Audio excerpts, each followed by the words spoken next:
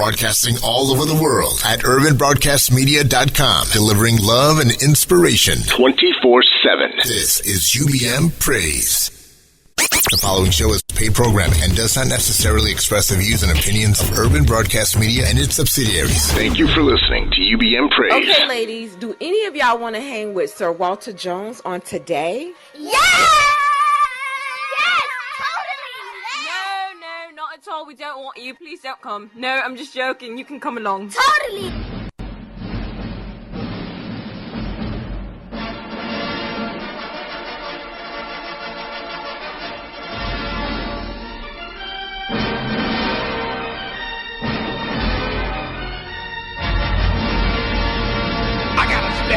For you this evening. A young man that you all know is Joe the Policeman from the What's Going Down episode of That's My Mama. I want you to put your hands together and welcome him to the stage. Big round of applause. Sir Walter Jones. Who is it? Sir Walter Jones. What's his name? Sir Walter Jones. Whose show is this? Sir Walter Jones. Who is it? Sir Walter Jones. Say it again. Sir Walter Jones. Who you with? Sir Walter Jones. One more again. Sir Walter Jones. The Sir Walter Jones Show.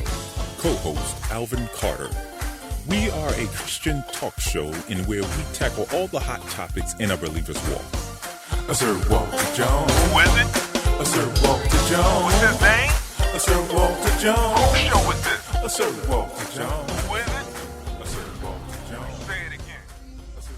It's all about defining what is a role model, and I feel like by having everybody get together, everybody can kind of talk and perhaps cross-pollinate what they're doing so that we can reach even more people. Icon Man hosted their annual pre-Oscar Power 50 dinner Tuesday night, celebrating today's most notable philanthropic black men. I think that an event like this is good because not only will it celebrate those that are giving back, but it'll also inspire those that need to give back and the need to step up to the calling and the need to step up and accept their responsibility as a role model. It'll inspire them to do so as well. And inspiring others to be a role model, it did. Hip Hollywood caught up with the attendees and asked them what they thought the duty of being a role model was. As a role model, your job is to make sure that any kid or any person that comes in your path, you help spread that message that you can be, you can do anything, and help them get the tools to do that. Opportunities sometimes for kids is just a matter of seeing someone that looks like you do it. But it's not just about breaking down barriers, it's also about changing current attitudes and actions. You and I have got to make the next generation of young men understand that the way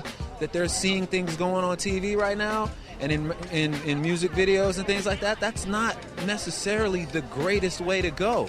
A lot of those guys are ending up hurt or in jail or dead or, with 8 different kids from 8 different women. I mean, our family unit is suffering. There's a lot going on where we can make the change. We have to make the change. What do you think the main purpose of a black role model should be? Let us know in the comment section below. For Hip Hollywood, I'm Jonathan Rapp.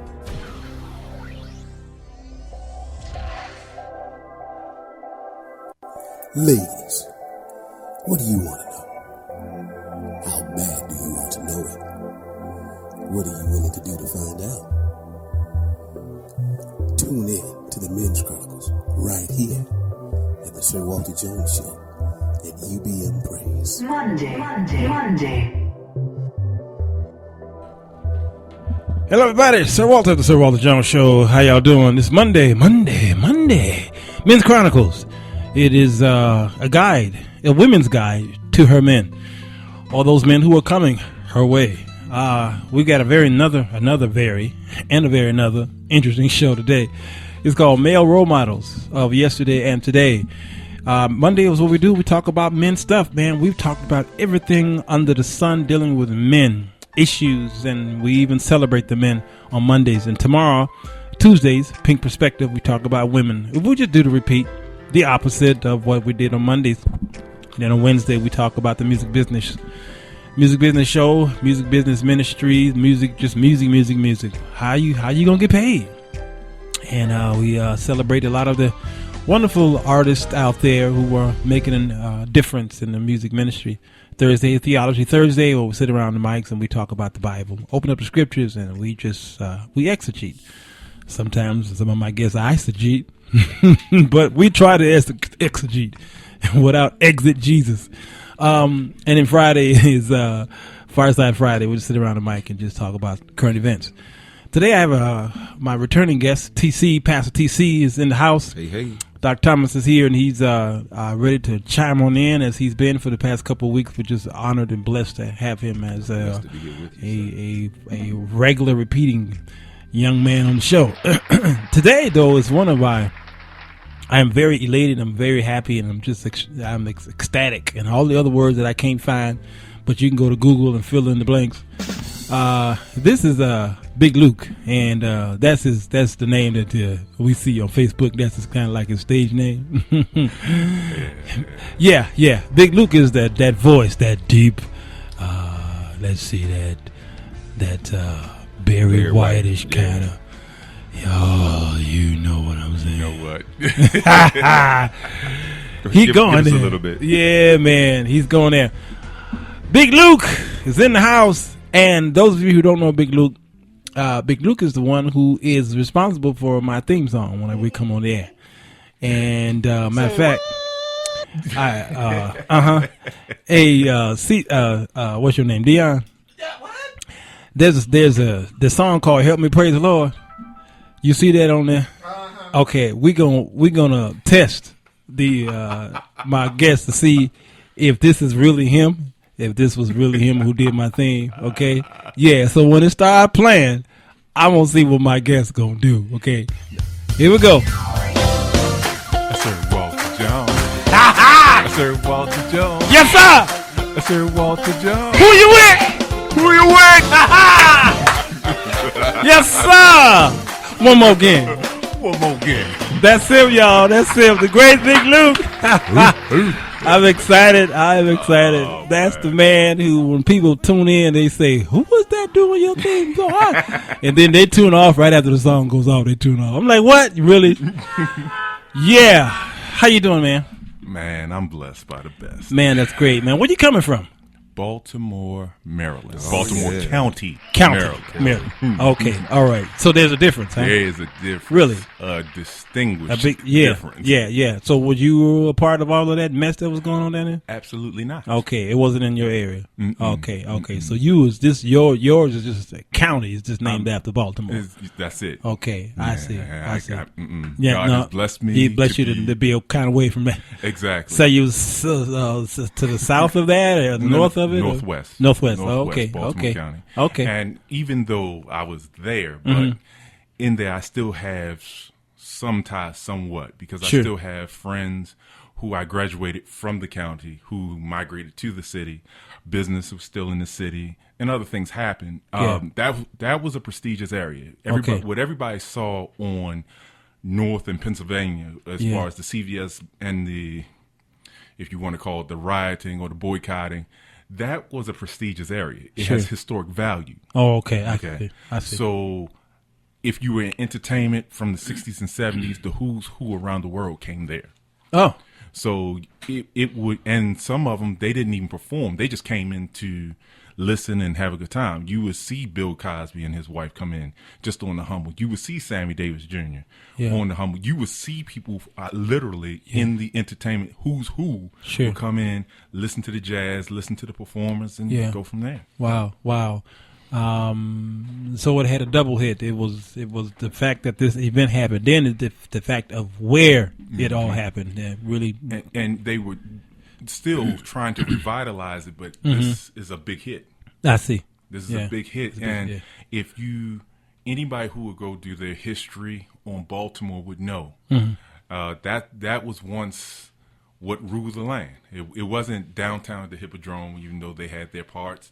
It wasn't the Lyric Opera House or the Meyerhoff. It was Pennsylvania Avenue. Yeah. Wow. So. Well, you're giving us a history lesson because I've never been down there. So, well, hey. Yeah, you know, all I know was during the 13 colonies, I was not wanted. Exactly. Well, I was wanted, but for some type of labor. I ain't gonna tell you what that labor is. Oh no! Some of y'all can figure out what that labor is. Yeah. And it still continues. Yeah, and it still continues. It just, yes, sir. It has a different name. and Jim Crow's cousin is still hanging around. But let's talk about this, male role models of yesterday and today. And I want to dig deep into this because the young people, if you ask 5 young people today, young men, who will be their male role models, 4 of them would be entertainers. The last one would be either his pastor, because he don't really know his father. Ouch. Okay, or his coach. Okay, if he's in sports. It'd be hard for him to find someone else outside of an entertainer, his pastor, or his coach, probably. Maybe he might say a male teacher. Okay. Maybe. That's if he's in school. Oh, wow. Okay, because if he's in school, he may not be in school. You know what I mean? Well, and the male teachers are few and far and between. that is so true. Indeed.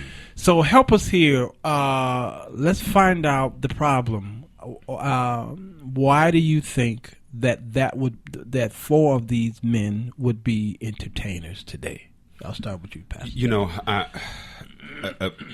because nowadays our children are so consumed with Game Boys, or they're consumed with electronic devices. When we were coming up, we were outside all day, every day, right. until the street lights came on and your name got called. Yes, sir. And then once you came in the house, you really wanted to be back outside. Yes. Now we're at a point where all of these young people are tied to technology. And I have no problem with technology, but technology has made our young people become inept to what's going on around them. So they look at what they see. Yeah. So they listen to music. They relate that to an entertainer. They look at a male teacher. Now, I like the teachers because I was a 7th grade math teacher. However, and still teach on a collegiate level. So what I look for is those. I try to make a difference in their life. A role model, the definition is someone that is to be looked up to, that wants to be imitated. So if we want to challenge our young people, they need to imitate the folk that they see every day. Now, I like what you said, their father. Now, I was one who God blessed me to have my dad, and I talked about it. He's 8-year cancer survivor, still living, great man. He taught me how to be a man, and he is the main role model that I looked up to, because I watched my dad and I watched him be the best man. So I'm like, man, I got to be like my dad. Now we've got fathers not in the home. And so they're looking at these ladies who say, well, I'm the mom and the daddy. Devil is a lie. You can't be the mom and the daddy. Etymologically, you cannot do that. Then we look at a coach. Now, I had a great coach playing basketball. He was mean. He cussed us out. He spit you in our face, and you had to stand there and take it. But what he said was, I'm trying to teach you about life after basketball, not because you got a gift to play, but one day you're going to sit down from playing basketball, and I want you to be able to be smart and not to be ignorant. So I appreciated that. But I think that too much technology has caused our children to look at wrong role models. Gotcha. And we need to look. Your pastor needs to be one. Deacon, I remember Deacon Hewitt growing up. He could rattle off numbers. That was my fascination with finance. He would stand up and tell you everybody who was in the hospital. Yeah. He would know their room number.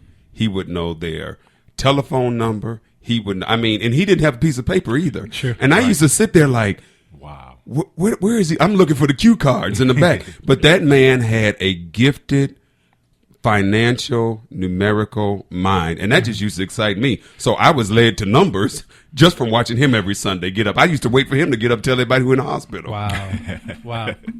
What about you, Dr. I agree with what Pastor said, but I have to add to that. One thing that people don't understand is that with a role model, electronics have taken a toll and have pervaded because it was infused and pushed on. But let's look at something else here. The fathers didn't do what they were supposed to do. Right? So you can't do like Pastor said, hey, you got women who are mothers and fathers. Now, if technology were to take over the fathers, why didn't it take over the mothers? Right. So now you have a thing where now everybody's out. The man has been pushed out. And let me just be urban for a minute and get ethnically charged for a minute, if you will. The black men have been pushed out. Right. Okay, we don't have half as much of this problem in other cultures. Right. But with the black man, it's out, and when he's out and has been out since slavery, and if you look at your history on slavery, he was sold and traded, worked, and he was out of the house so that the master could do what he want with the black woman. Right. So it's gone from the physical sense to now it's electronic. So it's more not overt but covert now. Yeah. You Wow. see? Wow. No, that's good. So now you have that. But I want to maintain unto you the role models that we did have stood for something more than just entertainment. Like Pastor said, you had somebody that would cuss and fuss you out, but wouldn't let no harm come to you. Right? You had men, and let's talk about it in the church, you had deacons that would come, and I had one, his name was Deacon Forbes, and he was 6'8". Okay, and you know, we little kids, you see somebody up there, and they don't say too much, but when they say something, you know, the whole room shut. You know, and the first thing he came to me, because my father was on the road. He was a truck driver, so 6 to 8 weeks out, and then 2 weeks in, he would come in. It didn't diminish the fact that he was the provider, but he was out, so another man helped and stepped in. So first thing he said, "Hey, how you doing?" I'm fine, Deacon Mike. You doing your job? Yes, sir. What's your job? Take care of my mother and my grandmother at that time, because they were the ones that were taking me to church. You had somebody to keep other people in line, community fathers, if you will, to keep. Right. Yeah. And that's a dying art. Yes, because why? There's not a lot of men in the church. You're right. They have, and I don't know at what point it shifted, but I remember growing up, and I was in church. Why? Because my dad brought me, and he showed us what to do. And then I realized one day, him and his friends were kind of over there talking, and we were doing the work. Right. And I'm just be like, well, why we over here doing the work? He said, I'm trying to teach you all. That was my next point. Okay. All right. My next point is the role models back then showed us the way of what to do and what not to do. The role models today are only showing what you can do. Right. And not any accountability. Right. Well, you know, and where I pastor, you know, I pastor at Walls, which you know that on the west side. I'm a west side boy. West side boy. All right. But what happened is, all right. But what I do is I take these young men, and I want to make sure that they know that there's a surrogate father. There it is. In the pastorship, and I want them to know at the end of the day, I'm following behind you. I want you, when somebody asks you, hey, who's your role model? I want to be in the top 2. Right. You know, I want to be in the top 2. And they are longing for that. Exactly. True. That's what a lot of people, a lot of men do not realize. Yeah, there are a lot of things on social media as far as the videos and stuff that will show it contrary, but there's a lot of young boys who are looking for that strong male presence. Right. And where do they go? Either the gangs or whoever's the most alpha person in their life. Right. Yeah. So what you're doing is a great service, because you're teaching them the right way how to live, so that whenever your time comes and God calls your name, guess what? Okay, Pastor did this. He showed us this. And because of that, I can stand on my own too, because it was infused. And there's legacy. There it is. There's tangible legacy and inheritance. Exactly. Impartation. We're real big on talking about what needs to happen, but we lack the actionable items. That's Indeed. It's cause and effect. We gotta not only talk about it, but we have to show on the way. Not just in word, but exactly. In deed. And a lot of people don't realize that with role models, we when I grew up, we saw people who were musicians and say, hey, I'm going to be on just like Michael Jackson, or I'm going to be on like Smokey. I want to do like Marvin. But we had a realistic thing that if we didn't get to that point, we still had something. You still got something to fall back on. It didn't break our hearts. I see a lot of people, a lot of men especially, they try to get to the league. And I have to say it because it's entertainment. A lot of them in sports. And I don't know why. Yes, I do. I don't want to get into it, because if we notice something, entertainment, everybody wants to catch, run, and jump. That's all they want to do. Catch, run, jump. Okay. In sports, you catch a ball, you run, okay, and you jumping over hurdles, you jumping, you jump, you can have a jump shot, you dunking, okay, that's one thing. Then in entertainment, you catch the vibe musically, okay, you try to run with it as much as you can, right, okay, and now you want to jump up and down and entertain, but I always say to any artist that I'm dealing with, can your talent keep you where your body has taken you? Right. Because what happens is your body's going to fail. You're not going to be that superstar. Right. You're not going to always be that superstar. As a matter of fact, you're starting to see a lot of them, and it's an epidemic, and I don't want to get into it, but even in Christian entertainment, I have to say it just like that. You see a lot of them now they want to go preach. Right. I have a problem with that. Yes, sir. Because you yourself are still being overtaken in faults. Right. You haven't been restored because you're still deep sea diving in sin. It's one thing to fall. Yeah. It's another thing to go deep sea diving. So now you're still doing that. He said deep sea diving. You're still doing that. And now it's a transference. Right. So now all you're teaching them is learned behavior now. Right. I mean, that's true. And when we talk about showing the children and what they're doing, and I had the same conversation about sports with my daughter. She's a gifted basketball player, and what I told her is, I said, I always want you to remember, there's life after basketball, and you have to have a. We all realize those knees just don't hold up like they used to. I mean, I was walking at the health fair and I was like, oh, Jesus. And they said, Pastor, you okay? I said, yeah, basketball knees. And they said, no problem. But the point is, at some point, you're going to have to get off the court. I have the surgery scars to prove exactly. It. Okay. You can try to have the hoop dreams, and they tell you 1% that's it of all basketball high school players. Right. Make it pro. Right. 1%. Look at that one, and look at how many high schools are across. I don't know that stat. I'll get it. Right. But look at, and you talk about 1%. Not only that, but you're having overseas infused. Exactly. Now. Exactly. So that makes it even less than 1%. Yeah. And that 1% after they make it, who stays? They'll make millions. And after a couple of years, they're broke. Yeah. Well, let's talk about that. All right, too. then that's another show, because that's Friday's show. We're talking about finance. No. And I was getting ready to say, how many make? And people think, they just signed a $3 million. I'm just saying, right. veteran minimum. Right. I'm talking basketball. I ain't even talking about football, because that's a whole nother. Yeah. But just quickly, they have $3 million that they're signed, but how many people are in their pockets? You have the accountants. You got the accountant. You got the agent. Agents. You have the attorneys. Yep. You still have Uncle Sam. Right. Not to mention, you still have the owner. Right. People don't realize that the owner is in their pockets still. Yep. So now you have people raping them, and just bringing it full circle to today, you have people, grown boys. I'm not going to call them men. Yeah. But you have grown boys now talking about, what can I do? What should I do? And they're all seriously contemplating suicide. Yeah. That's true. I've heard.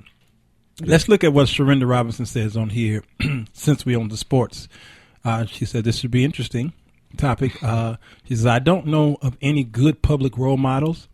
I told my son, it is fine to study and imitate Jeter's bat and LeBron's hoop game and Jordan and Johnson's business skills.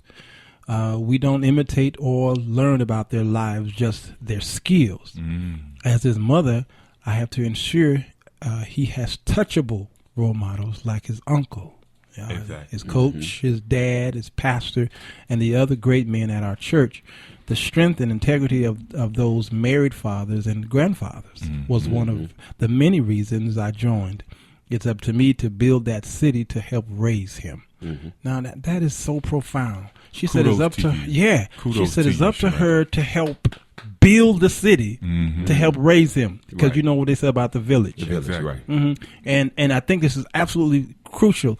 Now, I'm not the guy that says that you can't follow anybody in sports. No, but I do look at the business side of Johnson. Yeah. All right. Almost like, I mean, he knew where to put his money. Well, let me just say this. Let me interject something with that. First of all, Sharinda, I applaud you. Big Luke applauds you, and I'm going to tell you why. Charles Barkley. He got a lot of hands. Right. Big Luke got a whole bunch of hands. Right. Charles Barkley said something back in the day. He said, I don't want to be your role model. Yeah, he did. Yeah. And I respect him so much for that. You want to know why? Because he knew as a person, he could only do but so much. Yeah. Before he becomes enslaved to being something that he's not. He's not that role model type. And yes, when you're the public light, whether you know it or not, people look to you, yes, but even more so than that, they're there for entertainment. Absolutely. They're not in there for lifestyles and how you should grow. Right. Yeah. I think people need to really ground their children to say, wait a minute. Okay, that's great. Magic Johnson is great. And even with what he did, he made some very good investments after basketball. But believe it or not, he is part of the minority. Yeah. Okay? Yeah. So even in being part of the minority, and you look at some things and how they get it, okay, they made their millions. Great. That's what you do. But at the same time, you have to get to that point with NBA. Yeah. With your millions to invest. Yeah, I mean, you just walking in, you're the first 1, 2, 3 year player. Right. You're not there. This is not on the court money. Exactly. This is endorsements. Correct. This is residual money that continues to go past whether you are playing or not. So if Derrick Rose gets hurt tomorrow, and he's been hurt back and forth again for the 955th time, he's still going to make money. LeBron James, I gave this analogy. I told my daughter, I said, look at those beats he's wearing, those wireless beats. I said, he makes money every time he walks on the court with those wireless beats in his ears. I said, that's the money. But not only that, here's what people fail to realize, and I tell people all the time, you still have to get to that point. Right.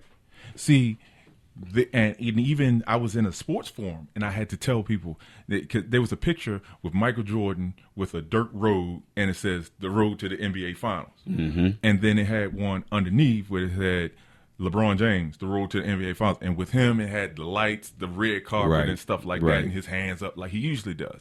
And I said, do you see how Jordan paved the way? Right. For you to make. Great analogy. Or for him to make the millions, the 100 million. Exactly. Okay. Exactly. Per year. Because see, back when Magic and Bill Russell were coming through, Larry Bird and I'll name Kareem, James Walt. Bird, I mean, let's go. The list goes on. Oh yeah. But he paved the way. Manute Bol. Right. Oh God. Yeah. Oh my goodness. Right. You really went there. I did. Rest in peace. Right there you go. But look at what happened. All those people, Charles Barkley, Magic Johnson, I can go through and tell you they paved the way so that you can have these multi-million-dollar deals because it was unheard of. Exactly. Before the golden era when you had Showtime in the 80s. And then you had, because really Mike had the mold. Right. Yeah. Think about it. Yeah. McDonald's. They saw him the gold boy. Jordan versus Bird. Yep. Off the window. Yeah. On the court. Nothing but net. You know what was that? Yeah.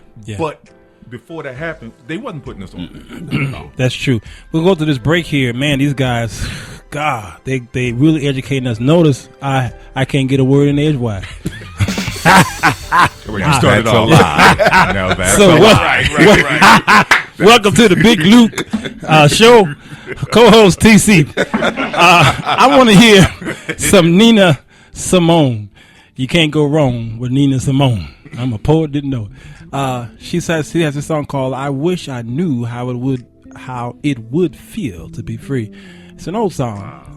It's a gospel jazz song written by Billy Taylor and Dick Dallas, best known for their recordings. Wow. Nina Simone. Yeah, I heard that. Dion, shut up. In 1967 on her Silk and Soul album. And I'll tell you more about this when we come back from the break, okay? Nina Simone, I wish I knew how it would feel to be free. Sir Walter Jones Show.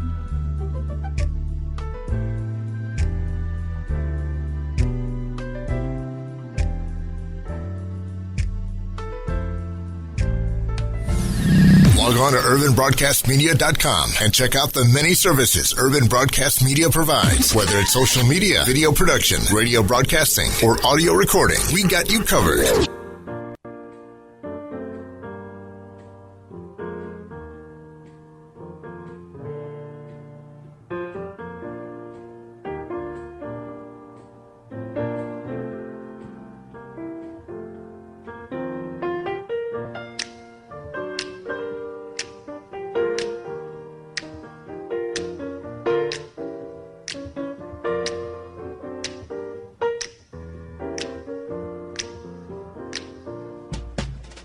I wish I knew how it would feel to be free.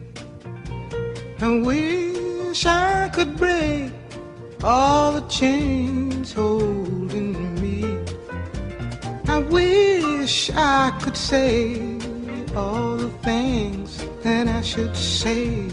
Say them loud, say them clear, for the whole round world to hear. I wish I could share all the love that's in my heart. Remove all the bars that keep us apart. I wish you could know what it means to be me. Then you'd see and agree that every man should be free.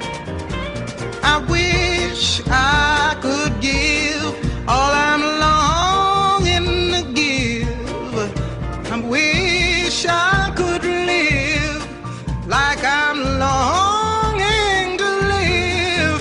I wish I could do all the things that I can do, though I'm way overdue. I'd be starting anew. Well, I wish I could be like a bird in the sky. How sweet it would be if by my heart I could fly. I'd soar to the sun and look down at the sea. Then I'd sing, 'cause I know, yeah. And I'd sing, 'cause I know, yeah. And I'd sing, 'cause I know how it feels. I know how it feels to be free. Yeah, yeah, I know how it feels. Yes, I know how it feels. How it feels to be free. The smile on your face is there because you know that your mouth tastes great. And it's nice when their teeth are getting strong and the clean in your mouth is Colgate. Colgate is more than a brisk, clean taste. With regular brushing, Colgate's fluoride penetrates the surface of tooth enamel. Not this fast, but it gets in and fights cavities. There's a twinkle in your eye when there's fluoride for their teeth and the clean in your mouth is Colgate. Yes! What's this stuff? Some cereal. It's supposed to be good for you. I'm not going to try it. Let's get Mikey. Yeah. He won't eat it. He hates everything. He likes it. Hey, Mikey. Regular, cinnamon, and raisin life. Nutritious, delicious. Now, Life Cereal and Fisher-Price Toys offer rebates of up to $150 on 40 Fisher-Price toys. Details on specially marked Life Cereal packages. Hey, this is Julie Norwood with 60 seconds of cool inspiration for your day. Well-known author, comedian, and talk show host Steve Harvey said this: "I know who I was and I know who I am now, and I'm okay with both of them." Isn't that a great place to be? Okay with your past and okay with where you are now, knowing where you're going and not allowing either of those opinions about yourself hinder you or make you insecure. Truth is, we all make mistakes. At some point, we all have loved the wrong person, cried for the wrong reason, and have gotten off point. But one thing is for sure, mistakes happen to help us find what's right. Everything always happens for a reason. I hope you can say, my past is my past. It made me who I am. I have no regrets, and I don't live there anymore. So today, heal the past, live the present, and dream the future. That's 60 seconds of cool inspiration with Julie Norwood. For more inspiration, check out my webpage, julienorwood.com. God loves you, and He has an awesome plan for your life. The following show is paid programming and does not necessarily express the views and opinions of Urban Broadcast Media and its subsidiaries. Thank you for listening to UBM Praise. Hi ho and welcome back.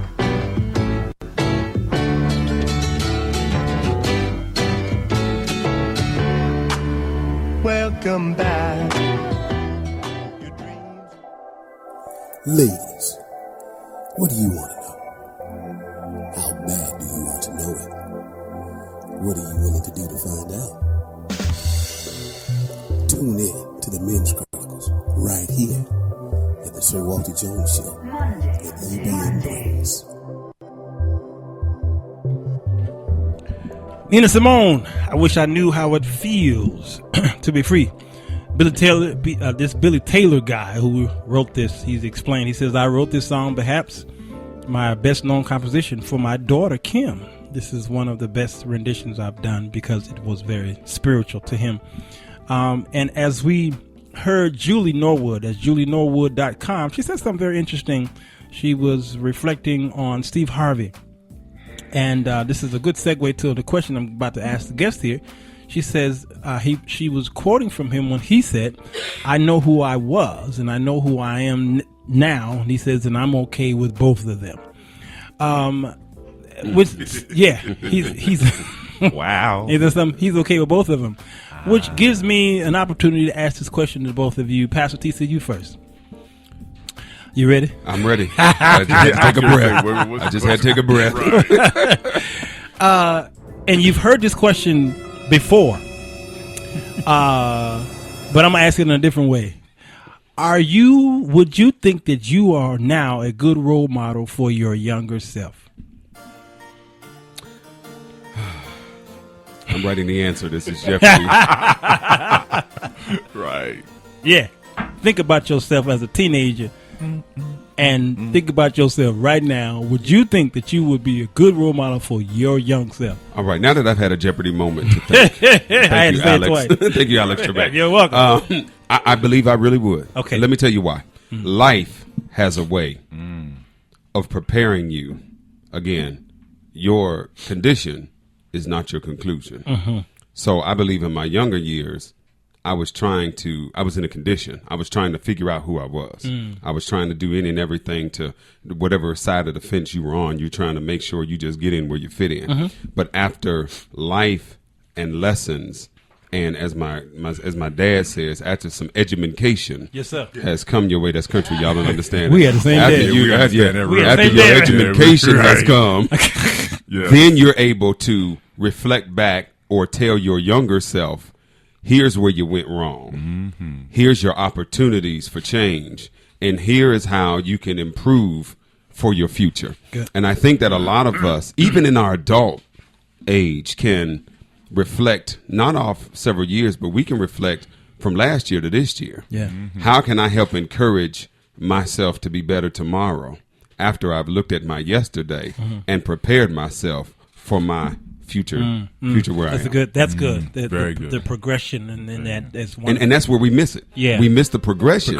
Because we look at ourselves and we say, oh, look at what I've done. And we consistently beat ourselves up and we never heal from the past. Some of us got issues from 20, 30 years ago. This is why some folk don't have relationships. Yeah. Because they beat themselves up for the bad relationship. Oh, she did me wrong. Okay, the milk been spilled. Wipe that milk up.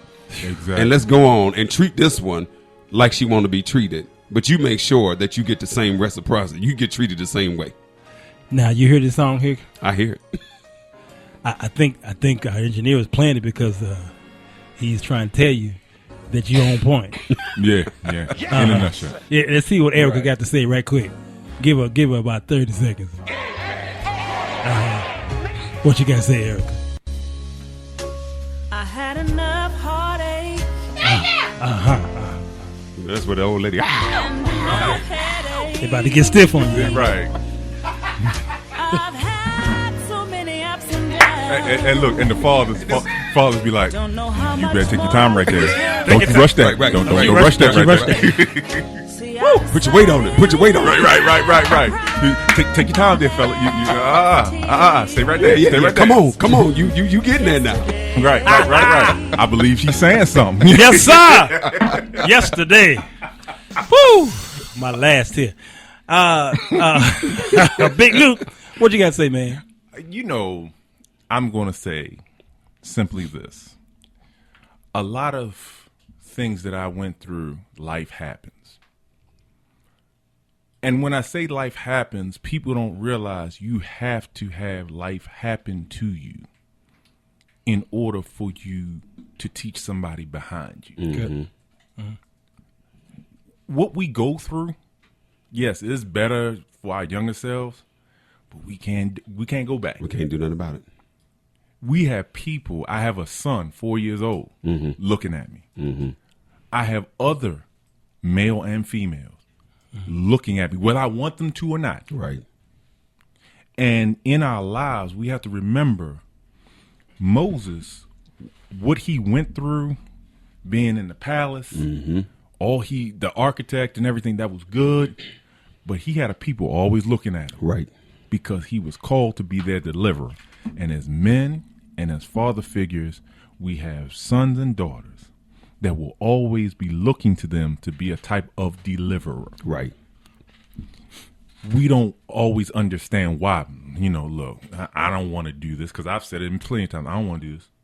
I don't want to. I almost want to say, leave me alone. Right. Because I'm still working on some stuff. Right. But at the same time, I can't do that because God assigned them to me.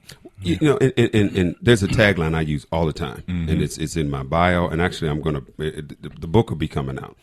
But the tagline I use is "Live better, not bitter." And what happens is, because of our issues, it holds us hostage on Bitter Boulevard, and it does not allow us to move to better. It does not allow us to move. Why? Because we're so busy holding ourselves captive, and God is, when people always say, "Oh, well, we got to go. Why do we have to go to the cross?" We got to go to the cross so that there can be a resurrection. And if God is trying to resurrect me from something, that means something got to die so that I can live, so that I can resurrect. So he's trying to resurrect some things in me to be better. So let the bitterness, let that stuff die and go on, and the quicker you let it die, it's the quicker God can get you to where you need to be. It's the Lazarus effect, I call it. Yeah. If you see Lazarus was already dead. And what happened was, God said it was good that I wasn't there. Yeah, exactly. That's all right, preach Yeah, preach it. Yeah. Sometimes we got to die, and we say, God, why haven't you forsaken me? He said, I haven't forsaken you. As a matter of fact, it's all part of my plan. Exactly. Boy, this ain't Thursday. Yeah. But at the same token, you got to look at it like this for a minute. God was the one that said, come forth. Right. Yes, sir. Right. Hey, when God says come forth, he said, loose that man. Yes, sir. Loose him and let him go. Let him go. Let him go. Sometimes we put some bands on ourselves. We died, and we've seen some things, and we've got all this going on, and we feel like we're inadequate. Right. But when God calls your name, yes, sir. Woo! And he said, Lazarus. Yeah. Come forth. And look at that. Look, I was just going to say. Now look, he called his name. Your name gonna be called. Yeah. But you have to be in the position that your spiritual tuner is on to hear your name. And that's what happens. We don't hear our name because we got too much other stuff. No. We hear our name. But we ain't ready. Ooh. Oh, okay. Ooh. I think you're both right. Yeah. Because I wasn't going to kill him like that. But thank you, Big Luke. Because we hear him. Yeah. Lord, I ain't trying to hear that. Yeah. Right. And I'm talking about from a man point of view. Right. I ain't talking about nobody else. I can only speak from a man's point of view. Exactly. Yeah. I ain't trying to hear that. I still have my agenda. I'm still trying to accomplish this, that, and the other. Right. Not really recognizing that if I do what he asked me to do, I'm still going to get. Exactly. My to-do list does not matter. But even in that, if you delight yourself in the Lord, right, He will give you the desires of your heart. Yeah. But first, you got to delight in Him. Yeah. That list will come down. That list, he'll knock that list down for you. Exactly. But this is not your focus. Your focus. Let me just tell you how long I've been trying to get to Chicago. Mm-hmm. Okay. It's been y'all don't know this. This has been about 6 months I've been trying to get here. Okay. I ain't tell nobody anything. Mm-hmm. I've had other businesses, music. It's going great. Don't get me wrong. It's going great as far as all the things is in God's hands. I'm there, and I had to stop other people. Because, I said, well, I'll produce you, blah, blah, blah. And all of a sudden, I got to a point because it was moving so slow, I was frustrated. Mm-hmm. I said, you know what? And I even had one guy, he was like, I don't even want to work with you no more. He don't even know why. But it was God. God was trimming the fat. Yeah. And I said, you know what? I'm done. I'm going to do my own. No sooner than I said I'm going to do my own music and my own album, and even with the financial, because I'm in finance and legal. I just finished law school last May. Not this May, but last May. Yeah, last year. All right. And so if I get in trouble, okay, let's move on. My man. Yeah, so all this coming together, helping his people. And now it's coming back. So I'm here in Chicago. This is a byproduct of being on the show. Right. Okay? Right. I have other meetings. But it was because I decided, God, what do you want to have me to do? Right. And he showed me this, and I was always good with the finance piece. I was always good with the legal piece.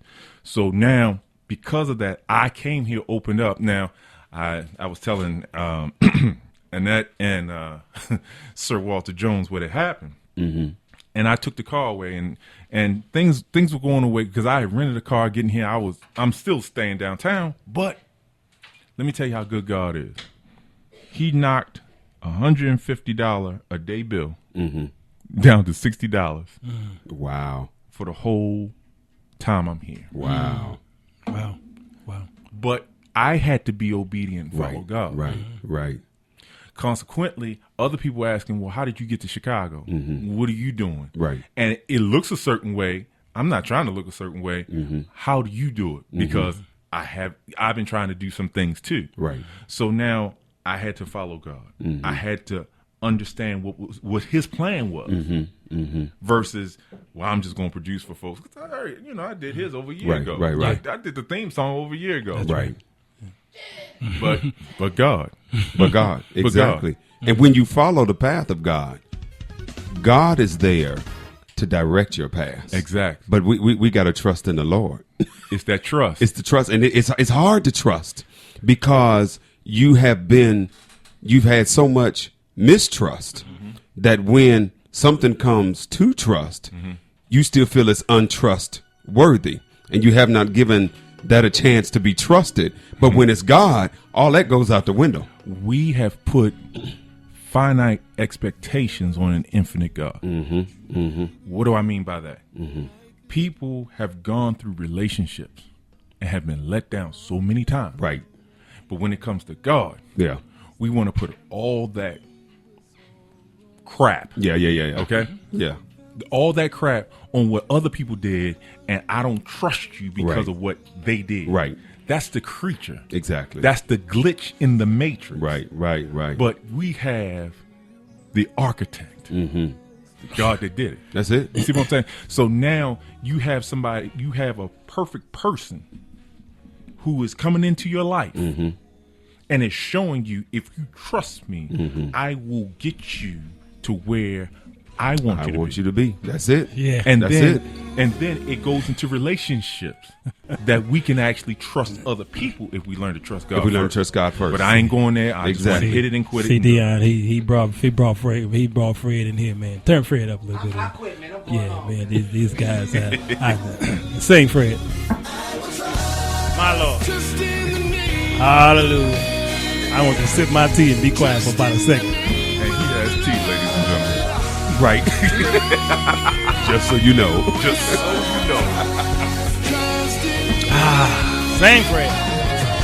I will trust. Pastor TC. I hear you. Yes, sir. Dion just went in. Yeah, he gone. Dion gone. Y'all, this is radio, but y'all see him. He's y'all doing understand. We have a backup engineer. Yeah, we need a backup. About because done. he gone. Dion gone. I got a question for you. Yes, sir.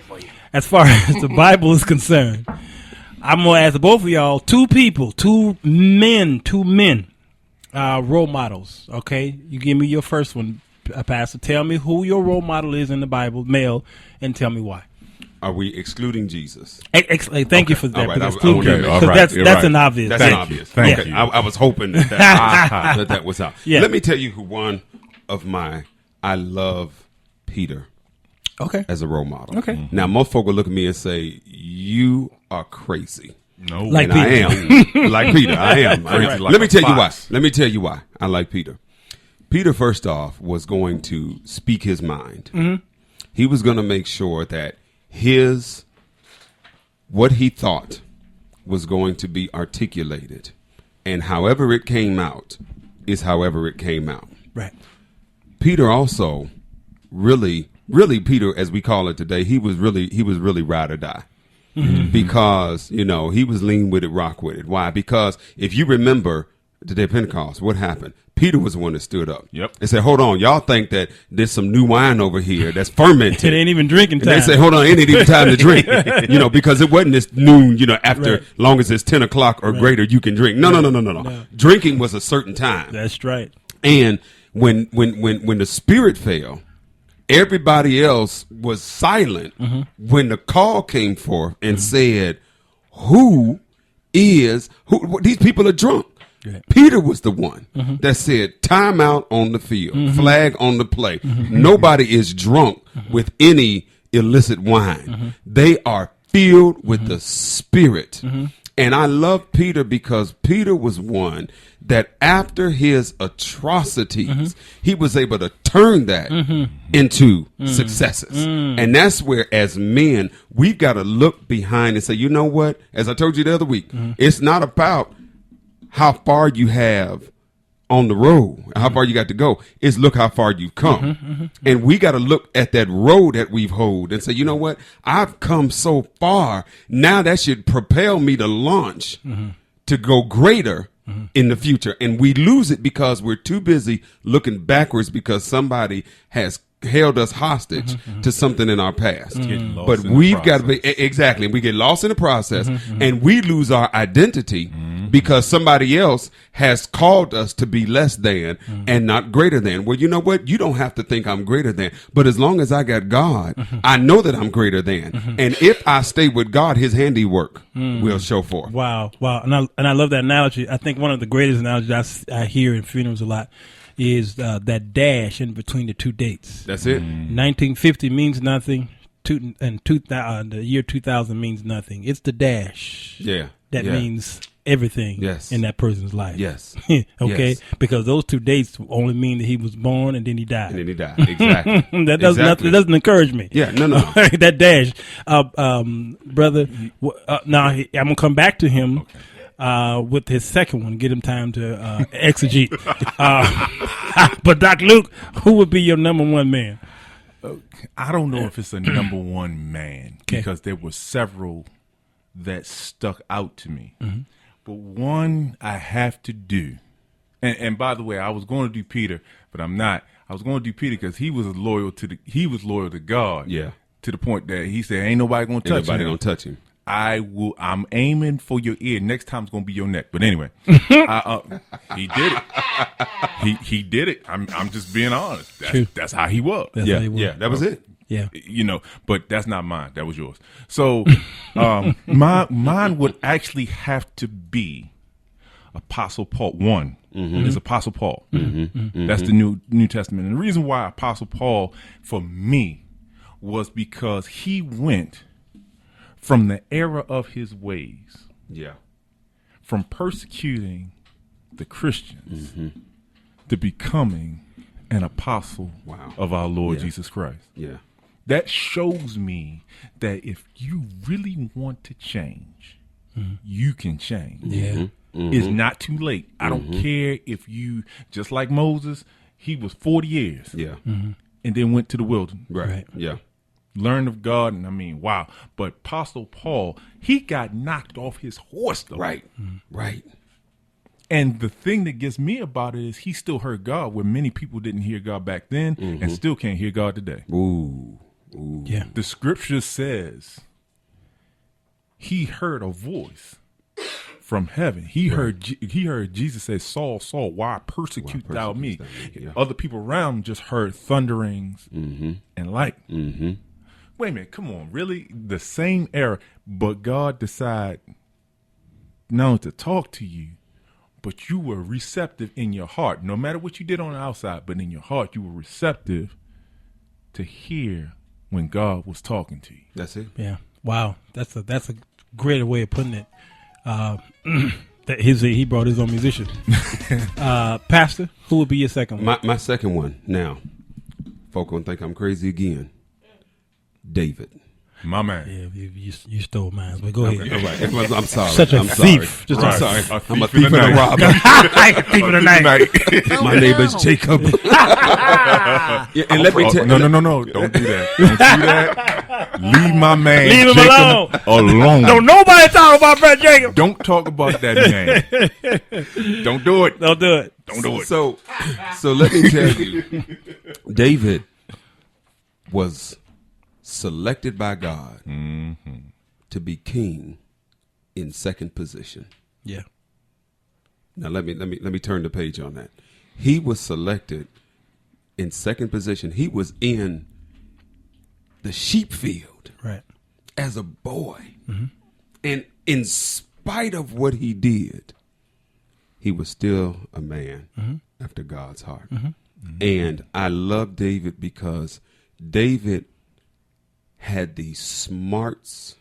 David had the clarity. He had the magnanimity of God to turn around and say, cleanse me.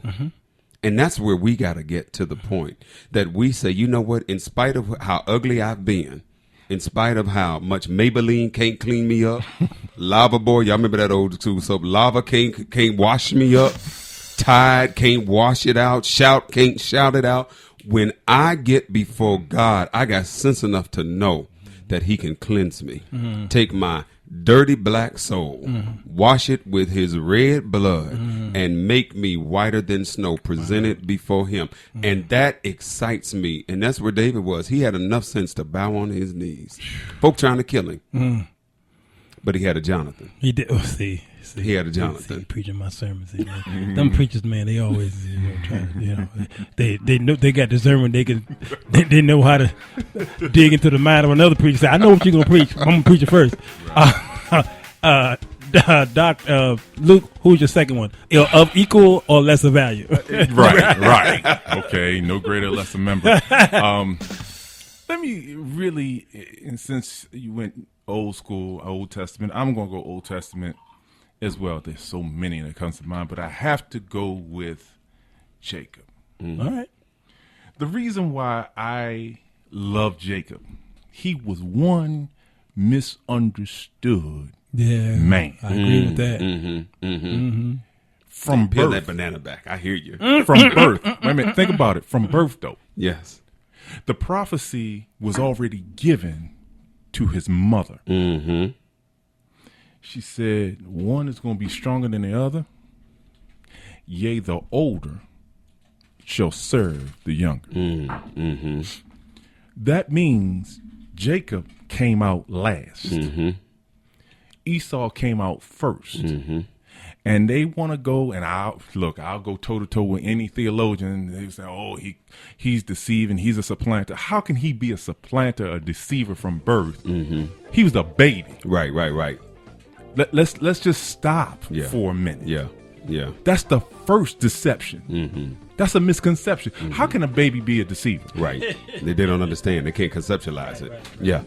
Come on. Stop playing. We got to learn in truth. That's another thing role models need to do. Yeah. He was one misunderstood individual. Okay, so we have that.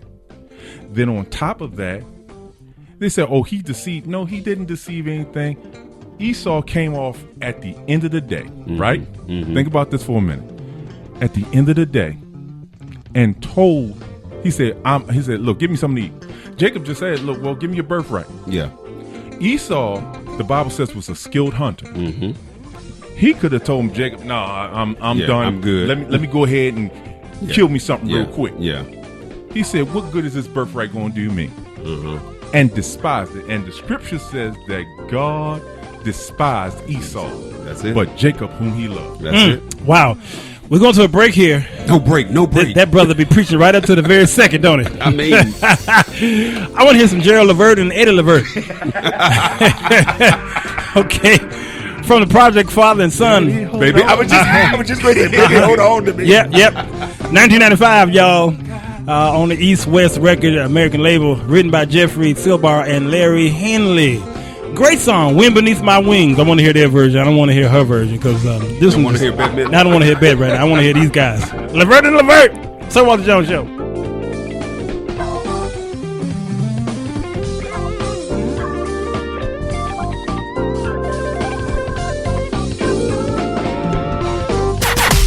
Broadcasting all over the world at urbanbroadcastmedia.com, delivering love and inspiration 24/7. This is UBM Praise.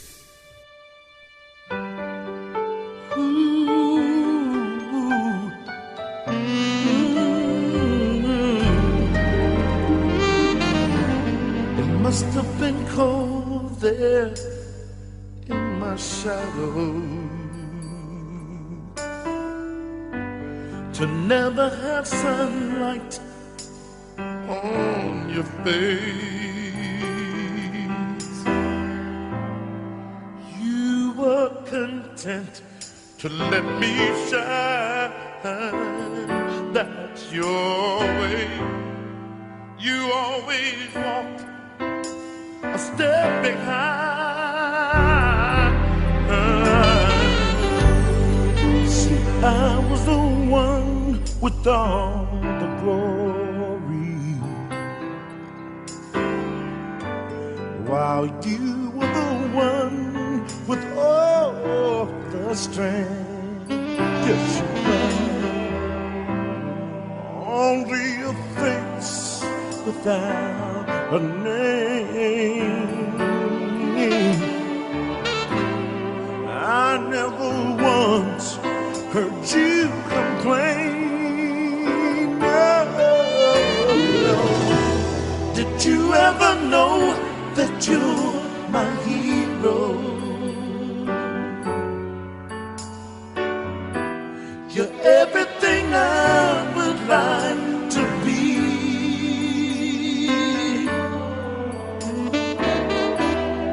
I could fly higher than an eagle. Yeah. 'Cause you are the wind beneath my wings.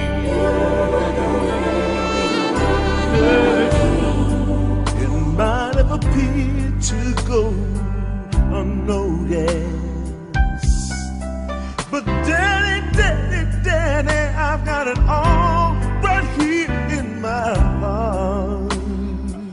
Yes, I can say, and I know you don't know. I know the truth. I know you know the truth about it. I know you know the truth now. I would be nothing without you. Did you ever know you're my hero? Yeah.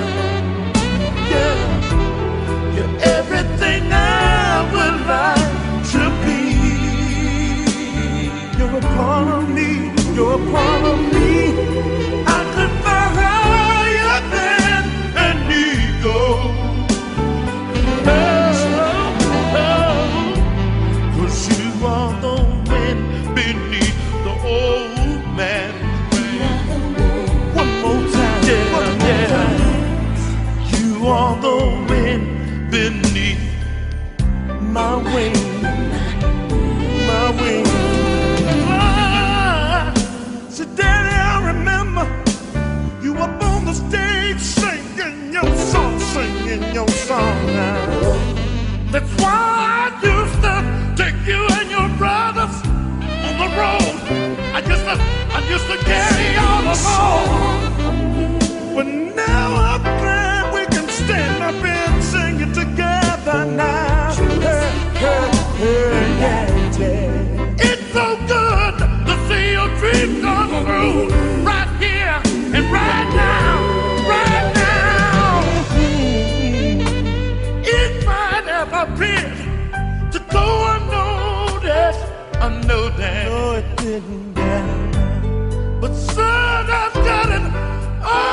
right here in my arms, in my arms, my heart. I want you to know that I know the truth. Yes, I do. Yes, I do. I will be nothing, daddy, nothing, zero, without you. Without you. Did you ever know that you're my hero? If you didn't, I'm telling you now, daddy, that you're everything I would like to be. My son, you're a part of me. I took my higher than an eagle. Yeah, yeah, yeah. 'Cause you are the wind beneath your daddy's wing. I love that. You are the wind beneath your middle-sized wings.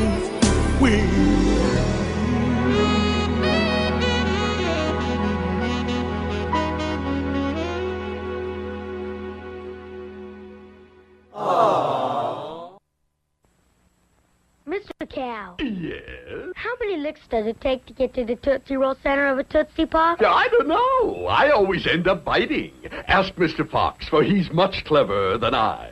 Mr. Fox, how many licks does it take to get to the Tootsie Roll center of a Tootsie Pop? Why don't you ask Mr. Turtle, for he's been around a lot longer than I. Me, I bite. Mr. Turtle, how many licks does it take to get to the Tootsie Roll center of a Tootsie Pop? I never made it without biting. Ask Mr. Owl, for he is the wisest of us all. Mr. Owl, how many licks does it take to get to the Tootsie Roll center of a Tootsie Pop? A good question. Let's find out. 1, 2, 3. If there's anything I can't stand, it's a smart owl. How many licks does it take to get to the Tootsie Roll center of a Tootsie Pop? The world may never know. The following show is paid programming and does not necessarily express the views and opinions of Urban Broadcast Media and its subsidiaries. Thank you for listening to UBM Praise. Ladies, what do you want to know? How bad do you want to know it? What are you willing to do to find out? Tune in to the Men's Chronicles right here at the Sir Walter Jones Show at UBM Praise.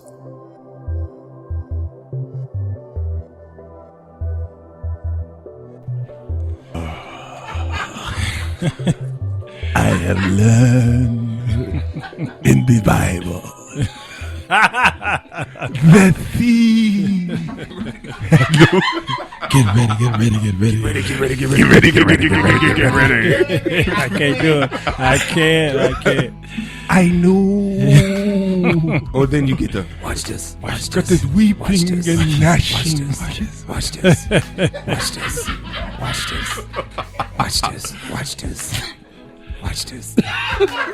Are you rude?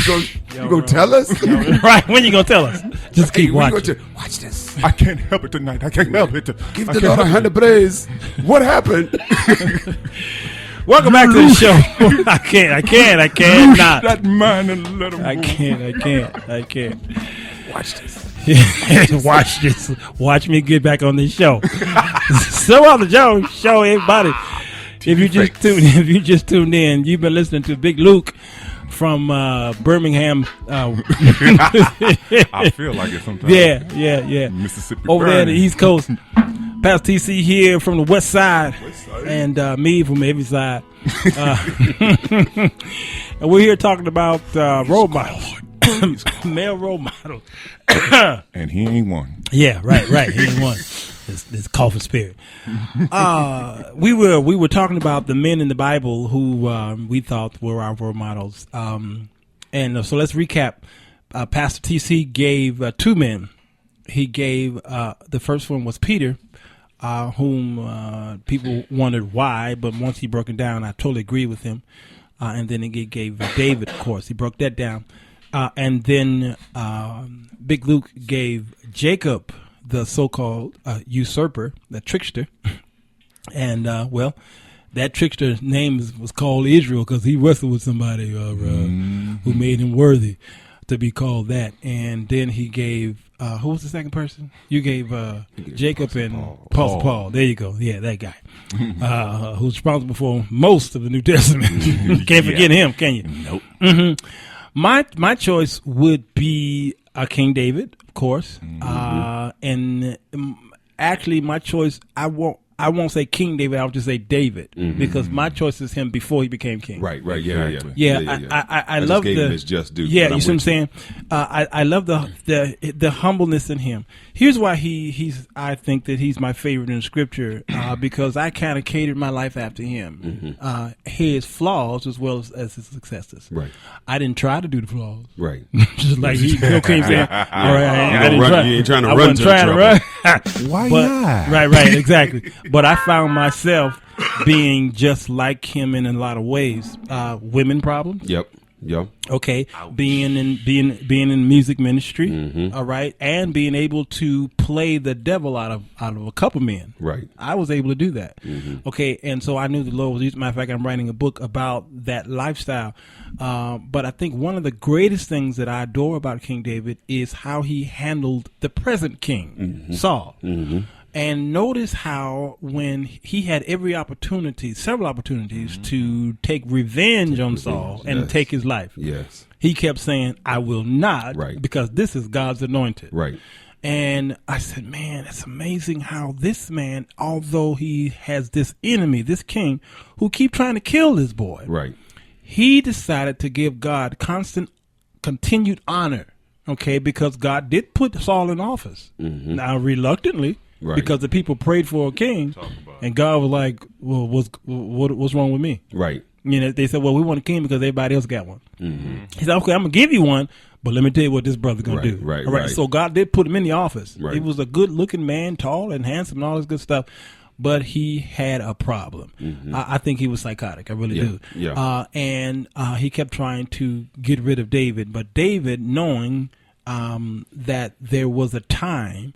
He says, I'm going to let God take care of him. I can't touch this man's life. And even after Saul finally died by the hands of his armor bearer, as it is alluded to, David said, how dare you kill God's anointed? And he had to get rid of the armor bearer, had to take him out. Right.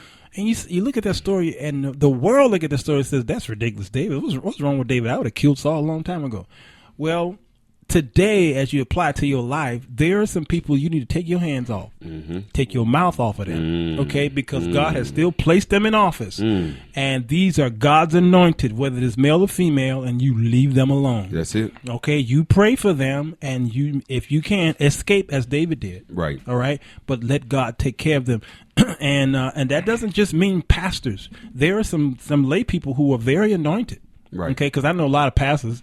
Y'all say, TC, touch not my anointing, do my prophet no harm. Right. Y'all, your pastor, you got to let us use that. You know. Yeah, absolutely. But a lot of times pastors usually only use that to reflect them and them only, not realizing the usher back there is highly anointed. And that's one thing. And I always tell folk, I said, you have to be careful. I said, that is not an exclusive. Right. That is an inclusive. Yes, sir. Because God has more anointed folk than just those prognosticators of the gospel of peace. He's got folks that the janitor sweeping the floor can be his anointed. You know, we always try to categorize. We do. God's elect. Yes, sir. You keep your mouth off. Yes, sir. That's good stuff. Now, you were talking during the break about we're talking about role models, and probably want to pick this up on tomorrow because there's the women. But I want to at least give a hint here because, believe it or not, our Monday shows are listened to by, of course, from men and women. I was kind of shocked though because I get statistics every week at the end of the week on my popular shows. Okay, every week I get a Spreaker analogy, and the statistics show me something that I was kind of shocked. Monday we did How Do Men Fall in Love? Right. Tuesday we did How Do Women Fall in Love? Okay, we didn't have a Wednesday show because of the death of Alvin Carter's mom, and we're going to dedicate the show to his mom Wednesday, the Thomas Whitfield show. and also Hallelujah, anyhow. Yeah. And also Ernie Allen, the wonderful Allen family. That for those of you who knew the Professor Allen back in the day, well, his wife Lorraine Allen passed today. And another amazing pianist, organist, singer, songwriter who helped me in my career. So we're going to dedicate that show Wednesday for them. But Thursday we had a theology show. I can't remember what we talked about, and then Friday you came. TC, what did we talk about? We Friday? talked about, was Jesus a Republican or a Democrat? Okay, all right. Oh, Thursday I think it was Bruce Jenner effect. Bruce Jenner, yeah. Okay, Bruce Jenner. all right. Now let me ask you this question. You had the Monday show, Why Men Fall in Love. This Tuesday show, Why Women Fall in Love. And then Thursday, Bruce Jenner. And then Friday, we had the show on Jesus and whether he was a Republican or Democrat. What do you think my number one show was last week? Bruce Jenner. Bruce Jenner. I thought it was too. Dang. That was my number 2 show. Okay, so what do you think number 1 was? Was Jesus a Republican or Democrat? Nope. Wow. Well, process of elimination. Why do men fall in love? You said why the women? Yep. Nope. How do men? Men. Wow. That was my number 1 show. Wow. It doubled. It doubled the Bruce Jenner show. Okay. I'm looking at the statistics here. It doubled it now. Now we got to find out why. Because Monday, because usually Monday show the women don't really want to tune in, although some of them are forced to tune in because they say I don't want a part of it, but they secretly tune in. Okay, because they really. I know what they're doing. Okay, but the statistics don't lie here because this my Spreaker count tells me how many people hit the play button. All right, and I can guarantee you. 90% of these plays are women. All right. Now, why do y'all think that show was number 1 though? Why do men fall in love? How do men fall in love? I really think because there's such a disparity of men, and I think women are really trying to find out what helps make that man tick, and not only what makes him fall in love, but how can I get him to fall in love with me? And I think that's it. How can I get him to fall in love with me? I mean, it's great to love, but I want him to love me. So what does that look like? What must I do? How does that makeup go on? Does it go on with a brush or does it go on with your finger? What does that look like? So, that's how and that's why I think it's by that show was vitally important because I mean, look at women already outnumbered. Yep. There you go. And absolutely. And I think the women, again, they really want to know about men. And let's see here, like you see that? That's the play. Yeah. And that's the Bruce Jenner. Yeah. You see how the numbers doubled, didn't it? Yeah. Okay. His math is right, folks. Oh, he looking at the math. Okay, now. And can I these say views something? are expressed by. but here's something that is very, very, very interesting. That when you deal with true numbers, and we're not even talking about Christian and non-Christian, just people in general, when you deal with that it's not about what mainstream media is trying to push down our throats. I think we have to realize that there's a small nucleus of people trying to push those agendas, the Bruce Jenners and different things like the homosexual agenda down our throat. But look at what happened. People want to know something original, authentic. Right. Right. And just what you said, they want to know about the men because society and some sick individuals want to make it so that men don't express. Right. Yeah, they do. Right. That is true. They're trying to close the mouth of us. That is so true. And I think you brought up something I was leading into this at the beginning is about we saw on Facebook and you just brought it up during the break about Nicki Minaj. Yeah. Okay. And this young person posted on Facebook, and my listeners know exactly what this is because it came out months ago. And then it like Facebook, what it does is recycles sometimes old stuff and then we bring it back up. But it was brought to your attention, Pastor TC. This young person was making a comparison of Nicki Minaj to Martin Luther King, and you can continue. And what was said is, she stated Nicki Minaj was more influential than Martin Luther King because she had her own clothing line, right? And he didn't even have a clothing line. No. Now, my point to this is, let me give you, because y'all know I'm a math. He had clothes on the line. Yeah, he had clothes on the line. You know, now it's the fault of not only the adults in our communities that don't teach the shoulders, as I said before, that we're standing on with smooth shoes, how we got to where we are. But you've gone through how many years of school? You've been off school at every Martin Luther King Day, and you haven't involved yourself in any activities. You stayed home in the bed. This girl on Facebook put the covers up over her shoulders. Now, when we look at Martin Luther King, she went to bed, put the covers over her shoulders, and said, "I'm off on Monday." Thank you, Nikki. Yes, thank you, Nikki. Appreciate it. Wow.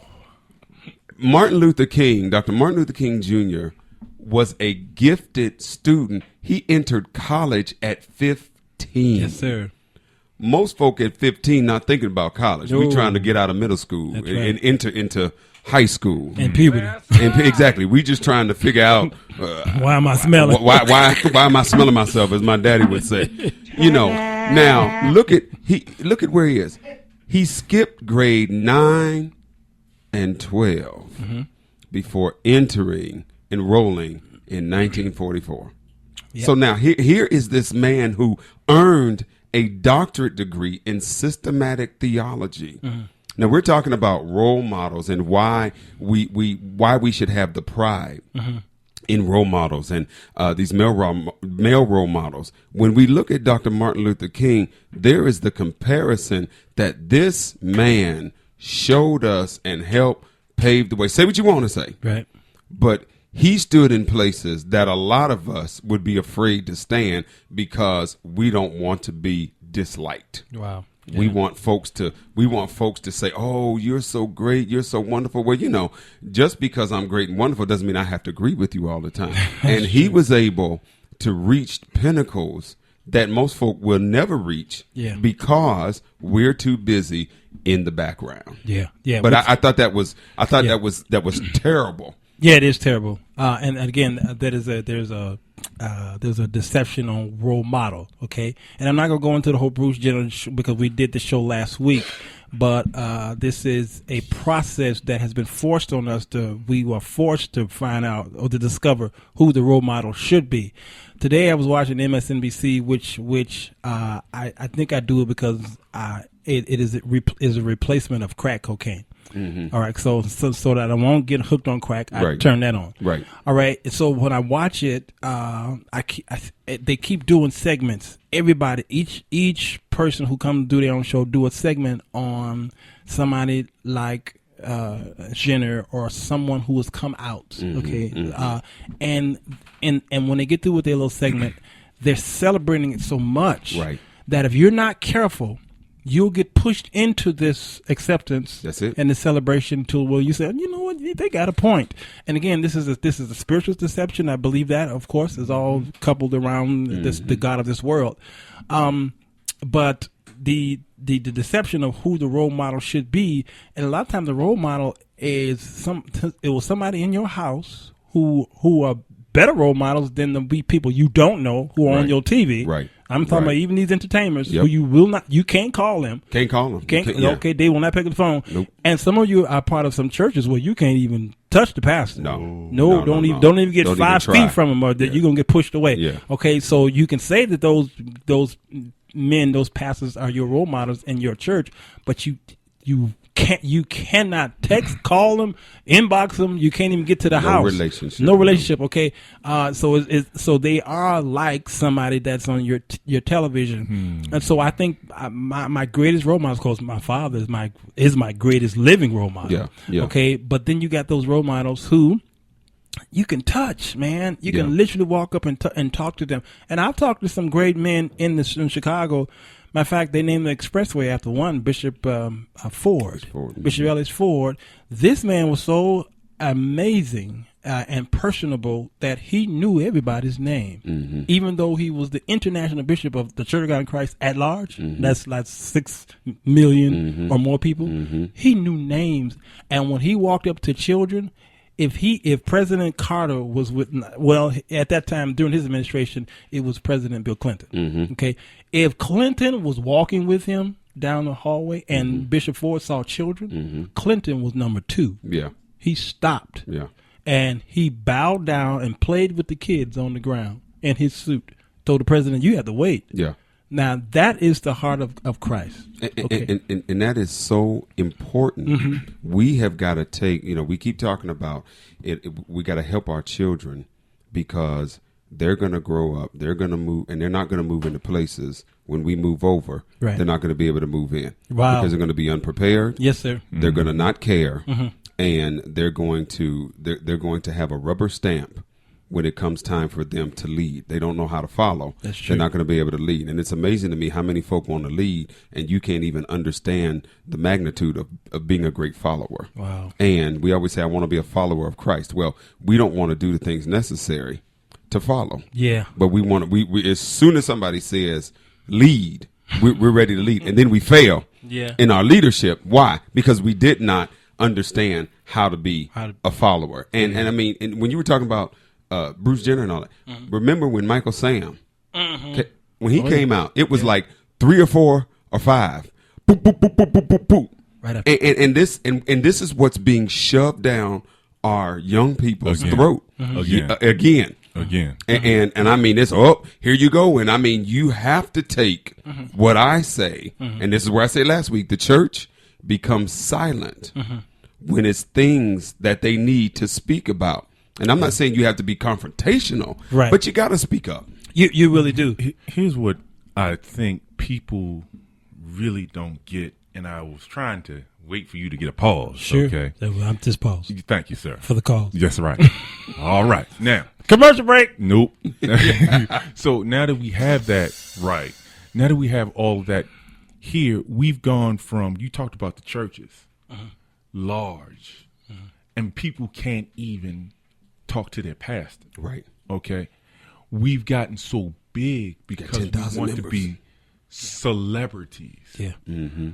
We want to be big because that's what our measurement stick is as churches and whole. If you really look at it, I do a little research myself. Paul Yonggi Cho has the largest church in the world. Okay. It was up to over 1 million members in Seoul, Korea. One of the things he said, and I quote, he said, listen, once you get beyond 3,000 members, he said, you might as well go ahead and turn into cell groups or churches. You have to birth people out. Right. So now we've gotten the Hollywood mentality in the church instead of birthing and raising up. And you talking about, some of these pastors talk about raising up sons. Right. You got to raise them up. And like every son, after a while, it's time to kick you out the nest. Yeah, it's time to go. Yeah. People don't do that. That's role model. Yeah, and that is true. We got about 1 minute here. I think when you mentioned the Apostle Paul, he said, although we have many instructors, we don't have many fathers. Right. And he said, I'll be a father for you. And I love that analogy there, that you really need to reach out, reach down. Because that's where the kids are, on the floor. Right. You gotta reach down and grab them up and make them accountable. Yeah. That's lost. Yeah. Make them accountable. You also mentioned the brother who said the one who has almost 1 million. Paul Cho. Okay, you mentioned Moses earlier. The wonderful thing about the story of Moses is that there were so many of them. Right. Okay, that. The advisors came to him. God told him, you're going to have to start separating these people and put captains over them. Right. His father-in-law. Right. Yeah. Father-in-law, Thank you, sir. That's it. Because if you don't do this, you can't handle everybody's problem. Right. All right. So and he said, now you take care of the weightier matter. Right. But these little small things, let the captains do it. Captains. And some of our churches, my church we have was called, what we call them, they're little pastors basically. Because there's so much going on that my pastor can't have his hand in everything. Can't do everything. Right. So we have what's called under shepherds who we have and all the elders have a list of people who there you go. Who we tend to little small stuff. They just need prayer. They need this, need that. We might need to go to the grocery store for them. Okay. Right. And the pastor will handle a lot of the big things. The apostles did that though. They did with the deacon. Mm-hmm. And that's so important. I'm gonna get to this break here. This last break of the hour is Cats in the Cradle. 1974 folk rock, by Harry Chapin, from the album Varieties. You might as well call it Pimps in the Pulpit, right? Balderdash. This song right here, it is a favorite of many of us who were into the singer-songwriter era of the 1970s, and this is the wrong way to be a role model. Okay, listen to the words of the song. This is the son who's trying to get the attention from his father, but he's too busy. And the son gets revenge. Cats in the Cradle, y'all. 1974. Sir Walter Jones Show.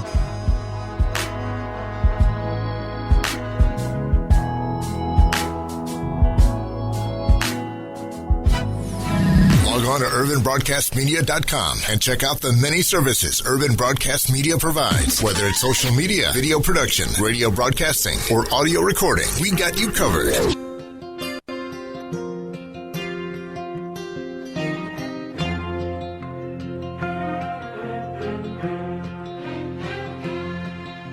A child arrived just the other day. He came to the world in the usual way, but there were planes to catch and bills to pay. He learned to walk while I was away, and he was talking for I knew it. And as he grew, he'd say, I'm gonna be like you, Dad. You know I'm gonna be like you. And the cat's in the cradle and the silver spoon, little boy blue and the man on the moon. Yes. When you're coming home, Dad, I don't know when, but we'll get together then. You know we'll have a good time then.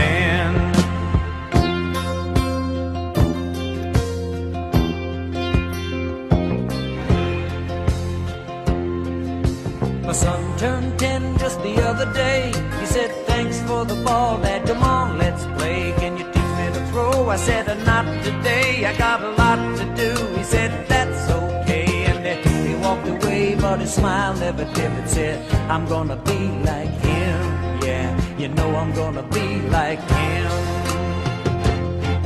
And the cat's in the cradle and the silver spoon, little boy blue and the man on the moon. When you're coming home, Dad, I don't know when, but we'll get together then. You know we'll have a good time then.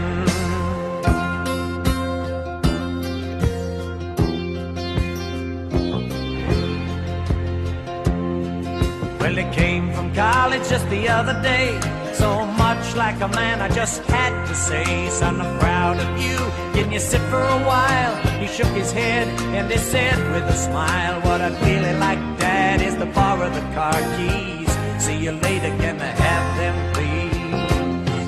And the cat's in the cradle and the silver spoon, little boy blue and the man on the moon. When you're coming home, son, I don't know when, but we'll get together then, Dad. You know we'll have a good time then.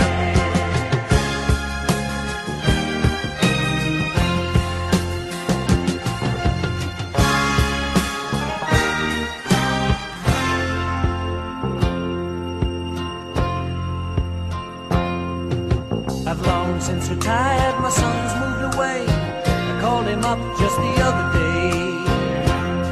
I said, I'd like to see you if you don't mind. He said, I'd love to, Dad, if I can find the time. You see, my new job's a hassle and the kids are the flu, but it's sure nice talking to you, Dad. It's been sure nice talking to you.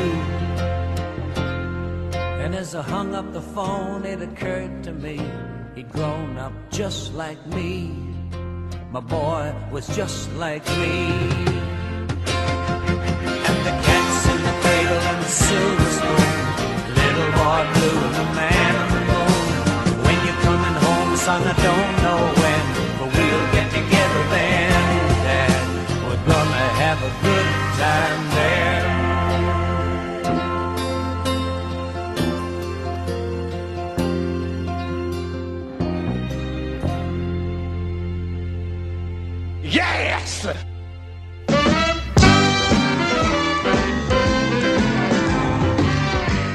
Conjunction, junction, what's your function? Hooking up words and phrases and clauses.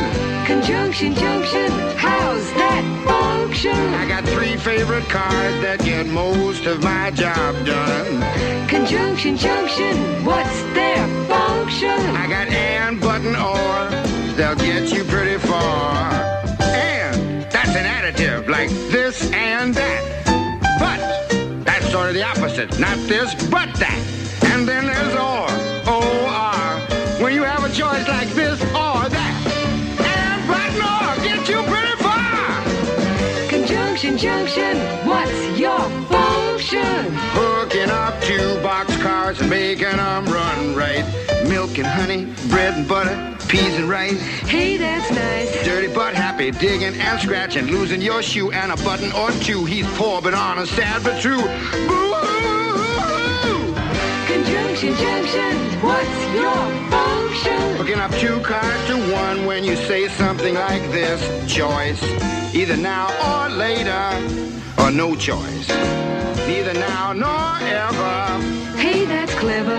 Eat this or that, grow thin or fat. Never mind, I wouldn't do that. I'm fat enough now. Conjunction, junction, what's your function?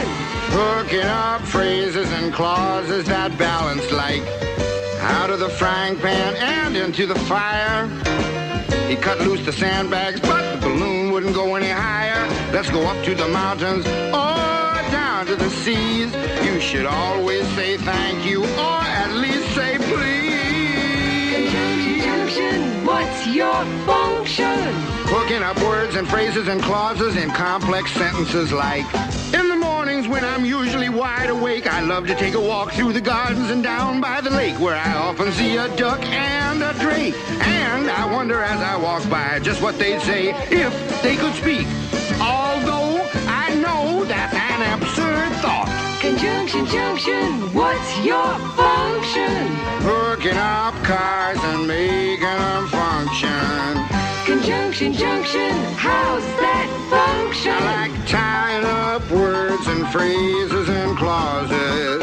Conjunction, junction, watch that function. I'm gonna get you there if you're very careful. Conjunction, junction, what's your function? I'm going to get you there if you're very careful. Conjunction, junction, what's your function? I'm going to get you there if you're Hey, this is Julie Norwood with 60 seconds of cool inspiration for your day. Well-known author, comedian, and talk show host Steve Harvey said this: I know who I was and I know who I am now, and I'm okay with both of them. Isn't that a great place to be? Okay with your past and okay with where you are now, knowing where you're going and not allowing either of those opinions about yourself hinder you or make you insecure. Truth is, we all make mistakes. At some point, we all have loved the wrong person, cried for the wrong reason, and have gotten off point. But one thing is for sure: mistakes happen to help us find what's right. Everything always happens for a reason. I hope you can say, my past is my past. It made me who I am. I have no regrets, and I don't live there anymore. So today, heal the past, live the present, and dream the future. That's 60 seconds of cool inspiration with Julie Norwood. For more inspiration, check out my webpage, julienorwood.com. God loves you, and He has an awesome plan for your life. That's right.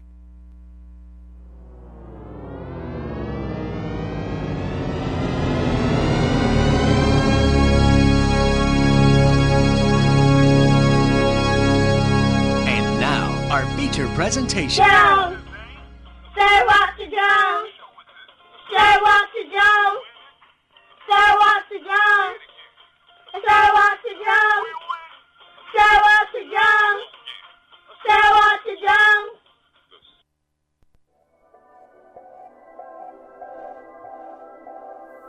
Ladies, what do you want to know? How bad do you want to know it? What are you willing to do to find out? Tune in to the Men's Chronicles right here at the Sir Walter Jones Show at UBM Praise. Welcome back to the Sir Walter Jones Show. I am he, and it is exciting to have these brothers on the show today. Monday's becoming an awesome show. Lord have mercy. I done picked up my Let's see. People are chiming in more and more on Monday because they want to know what's going on. And I choose these very controversial topics because, you guys listen to radio, some of you, and some of you have given up on radio because they talk about sometimes absolutely nothing. And if you listen to religious radio, you hear somebody going, and I heard in the book of Ephesians, Z-flag, 307th chapter. Yeah, put your foot on it. You know what I'm saying? Put your foot on it. Put your hand on it. And you just get tired of the same old. So we bring up topics that your pastor and your papa and your mama just refuse to talk about. It is taboo. You won't hear about it unless you bring it up or your children come home because they have been victim of it. Now you got to talk about it. Now, here's where I want a photo bomb. Well, not photo bomb. I want a radio bomb. Yeah, I want a show bomb. Yes, sir. Go ahead. Yeah, right. Yeah, already photo bomb. Yeah. But on a serious note, we got to take time out to give honor where honor is due. Mm-hmm. And without this show doing that, I want to say I applaud you. Wow. 5-star general salute. Mm. Because a lot of things that you're talking about, a lot of pastors won't touch, a lot of parents won't even go through. And people are waiting. There's, like we talked about earlier, grown folk. Yeah. Waiting for an avenue or somebody to pick up that torch. True. And you doing this, man, that's a 5-star salute. Man. Wow. Because it needs to be talked about more. Sure. And you have people who are dying to listen to things other than talking about sex. Right.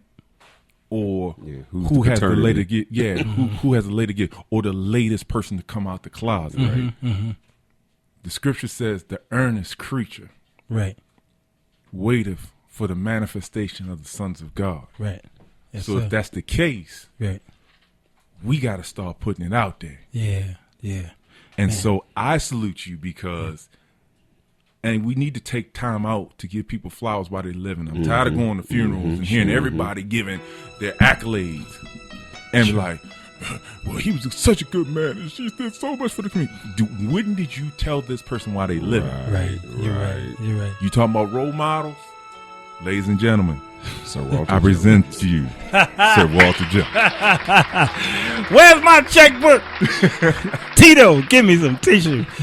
Man, thank you. You did. Thank you. Thank you, man. He flew all the way from Baltimore County, that is, to bless me. Thank you, man. I really do. Matter of fact, I'm not getting paid off of that. It's just truth, though. Well, it's truth. There's a White Castle in town. We were going to get you something tonight. But a text, FRFR, for real. Yeah, for real though. Thank you, brother. No, I wasn't expecting any of that. I really wasn't. And I thank you. We've had some great guests on the show who brought out some very intricate parts of their lives. They opened up. They came out of the the cover. The shadows. And uncovered themselves and used transparency. Even TC has been very transparent on the show. And I'm looking forward to more of these type shows. And again, my Spreaker accounts, we have thousands, almost 20,000 who have hit that play button to say, I want to hear what they're talking about. And it's so inspiring. Thursday, we're going to talk about how to interpret dreams and visions. Okay. We're not talking about that stuff, but people dream some of the wildest stuff and they don't know what does it mean when there's a cow on my roof, but in the basement there's a snake. Okay. They don't know what it means. And we're going to talk about it. We're bringing in Pastor Thurston, who's studied in that. And then Friday, we're talking about finance and the death of the almighty dollar and why real soon. Be careful, those of you who are not preparing for the great fall. It won't be the fall from bombs coming over here. It's going to be a financial fall. And if you're not, it's already happened. We've already seen it. Yeah. So we're going to talk about it. But the thing about it is, real quick, it's so subtle. Right. And you talk about the enemy. Yeah. It's subtle and crafty. Yeah. That's true. And it's happening subtly to the point that now it's gradually coming down. Yep. And it's a parallel to the family structure. Right. The fathers, the male role model. Right. It's been coming gradually over the Yes, years. sir. Yes, sir. Yes, sir. To the point that it used to be we had lowered our standards. We don't have none. We don't have any standards now. We don't. We really don't. And I want to bring up this. We got about 10 minutes left, and I want to talk about, less than 10 minutes. Got another show coming in. We stand. Yeah. Whoever's coming, you done. Yeah, you're done. Yeah, we taking over. We doing a marathon. There's the chains.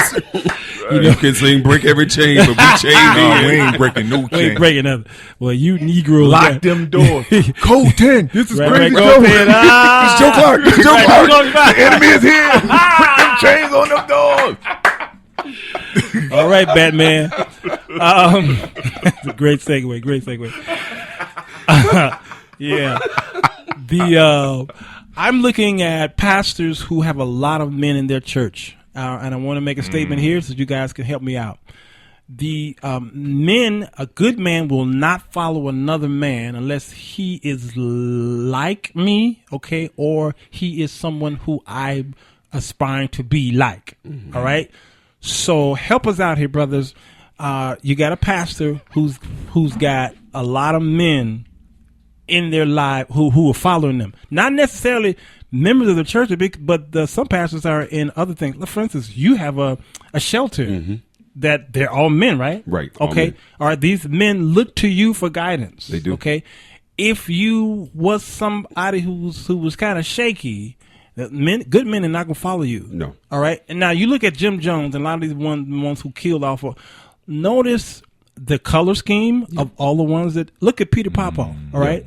Who's still doing these infomercials at night. Look at the color scheme. All right. It's mostly women and it's mostly African American. Yep. Peter Popoff was a white guy. Mm-hmm. All right. So it's easy to get off on us. Drink the water. They get off on us a lot because of they work on our struggles. Right. And then they get us.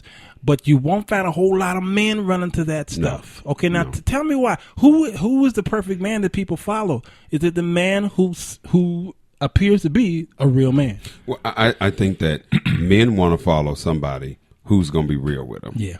And it's one thing to I can preach on Sunday and I can tell you weeping may endure for a night, but joy cometh in the morning. Yeah.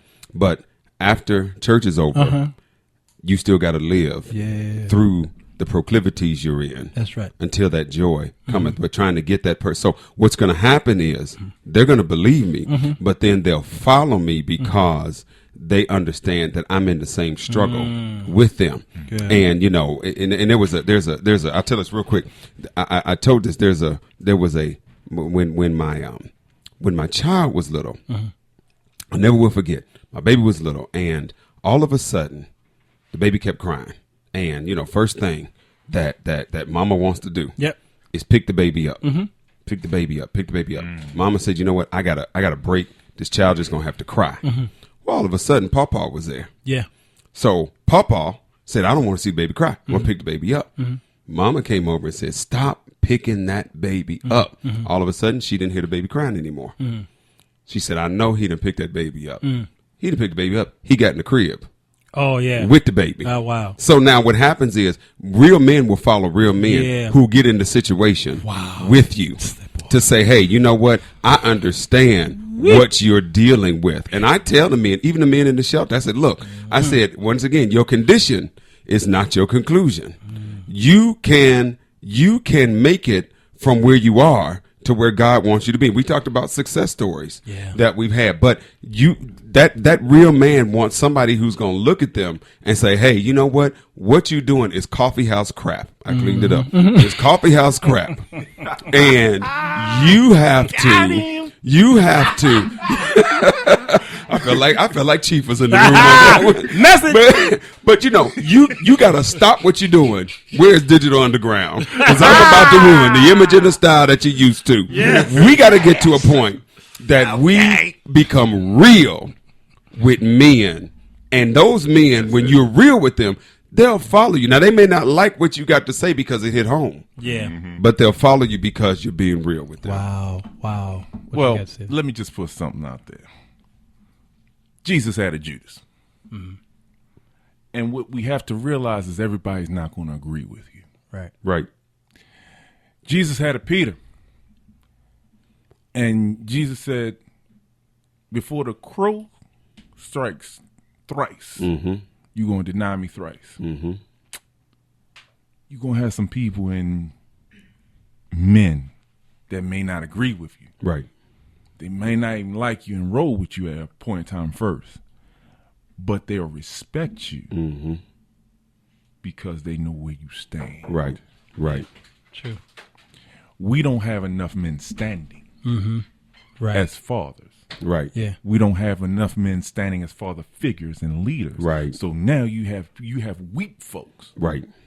You have those Brokeback Mountain folks. Yep. You got Brokeback folks. Yeah. So when you come to that part where it's time to stand, they got broke back and limp wrists. So you can't show nobody who has that fortitude to say, I want to stand up for my family. Right. I how can I respect and follow you? You broke back. Yeah. Yeah. You funny bunny. Yeah. Wherever the wind blow. Yeah, right. Yeah. There you are. Any which way the wind blows. So now you have a emasculation. So now it's coming to a point where folks like yourself, Sir Walter, in their prospective arenas, because everybody don't need to be a pastor. I will say that again. Yeah, yeah. You don't need to be a senior pastor over a fellowship. Right. You need to stay in your lane. Yeah. And do what needs to be done. That's another part where role models were. Everybody wasn't trying to be the pastor. Right. Everybody wasn't trying to be the head deacon or the head over the car ministry, the parking lot. Right. They just had their places. Yeah. Right. Yeah. Yeah. And they said, I'm fine with where I'm at. Exactly. Yeah. Not trying to steal the show for role players. And we talk about sports, but in order to win a championship, you can't always be the star. You got to have some role players. Yeah. You got to have some role players. Look last night. Della Vadova was a big role player. And if he doesn't get that rebound, crash the boards, then you may be looking at a different, instead of 1-1, you may be looking at 2-0. Right. Had Shumpert, the role player, hit the shot after LeBron missed it, you may be going back to Cleveland up 2-0. Right. So we've got an issue here where, the church has a lack of men because we're too busy doing any and everything else. That's it. But what we need to do, then we expect somebody to follow us. Then we're going to tell her, you need to follow me because I'm the man. The devil is a lie. You need to do what you're supposed to do as a man. Yeah. Because I remember when women were attracted to men because they were strong. They were strong. Exactly. I remember when women would say, look, that's a man that I like. Yeah. You didn't have to do all the types of talking. You didn't have to do this. I mean, although we did it. Right. We didn't have to savor so much to get our point across. Right. Exactly. Yeah. Exactly. So therefore, you have a lot of women who are attracted to the same man. Right. Because very few are showing strength. Exactly. And with the other men that are trying to get with these women, and they say, well, why she ain't, I'm good for her. I cook, I clean, I provide. But it's more than just providing and saying you're a man. Right. What are you exuding? Exactly. To be the head figure? Are you submitting to God? Are you holding up a standard? Are you taking care of your kids if you have them? Yeah. Are you going to work? Thank you. Are you getting up out the bed? I mean, it used to be a time we didn't even have to say that. Right. Yeah, that's right. true. Because you knew you were up. Yeah, I mean, you got so many of these guys. It's Saturday morning, and they rolling out the bed 1-2 o'clock. Really? Yeah. Well, here's the thing that I want to say. I want to say, and I'm going back to the race card. Yes, I'm pulling it. I remember where we weren't too proud to take a gas station job. Right. Paying minimum wage. Oh, Lord. I remember. Don't go there. We were not too proud to go to a day labor place or manpower, right? Or, to temp to get a job. Yeah. Just for a day's to support work. Exactly. Okay, we did what we could. Now we're mad because Asians, Hispanics, come in and take the job and take. They're good Americans, right? They take these minimum wage and then turn around. They're able to pay things out in cash, including houses. Right. And then they take over blocks. Yeah. That's right. Your community, they own all the stores. But we were the ones to start that. Right. Yeah. But we haven't learned from the history. That's right. Yeah. And that's true. There's a lot of documentaries out there on African American, as far as they have what's called the African American.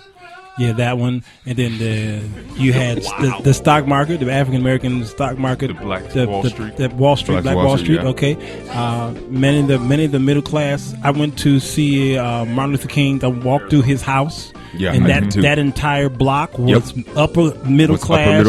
Okay, they are all black and they are all well off. Okay, and we look at the civil rights movement as some poor folk marching. Please, a lot of those people were doing good financially. Yeah, they were doing good financially. Oh, yes, they were. And they were taking care of business. Yes, they were. Yeah. So, listen, we're going to get out of here. I think I want to hear some Mary Mary from the project called The Sound.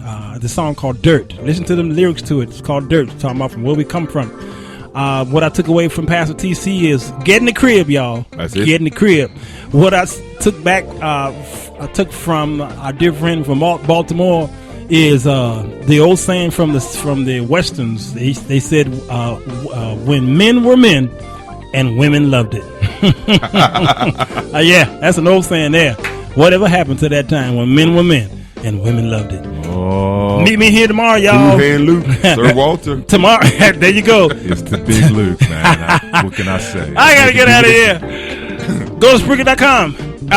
This is the Sir Walter Jones Show.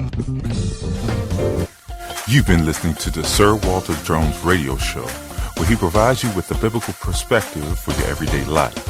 Stay connected to Sir Walter Jones by visiting him online at www.sirwalterjones.com or on Facebook at www.facebook.com/The Sir Walter Jones Show.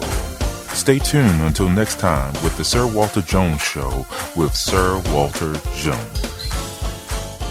If you can't find any work, I'll put in a good word for you at my job, man. You ain't got no job, man!